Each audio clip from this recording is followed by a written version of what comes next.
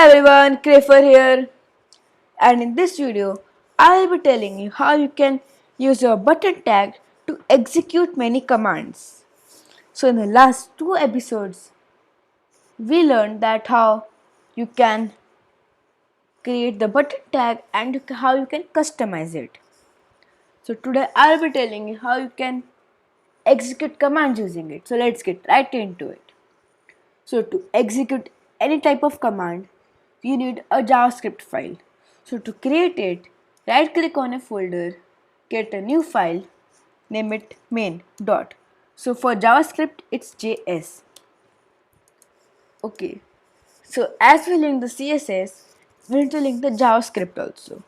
So lesson symbol script src is equal to in double quotes main.js. Close it then. So, to make a command for a button, we need to go here after class, write on click is equal to in double quotes show, then open and close round brackets. So now we are done with the button part. So now we need to create a thing in which we can show our text. So let's create a h3 tag, h3. So now we need to give it a id. id is equal to double quotes text, then close it. So now we need to go to main.js, write a function show, open and close round brackets.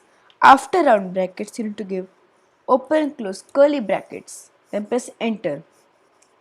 So then you have to write document dot get element by id, open and close round brackets, then inside the round brackets in double quotes you need to give the id of your h3 tag. So it's text.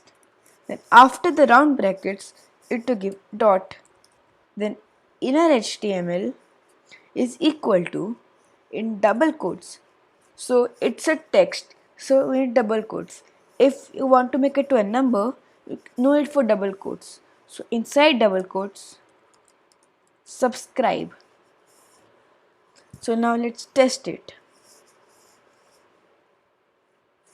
So here it came. If we click here, so we got a subscribe button here. So how it works is like function will tell the code that it's a function, so they have to execute it. So document.get element by id means document refers to HTML, and .get element by id means it will take the element in which you want to do changes. So it will take the element by id. So we can change it to many things by, we can make it by class also, but mostly I prefer to do it by id. So then after this to give curly round brackets in which you can write the id in which you want to do the changes. Then dot inner html, so it will tell the code that it's in html, then is equal to subscribe.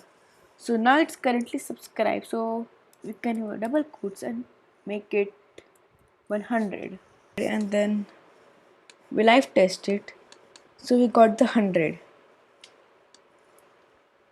So then you can do many more things that we'll be learning in the future tutorials.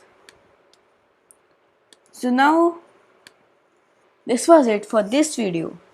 So if you like the video, make sure to like it, subscribe if you're new, share if you want more people to learn coding, comment if you have any doubts, and see ya.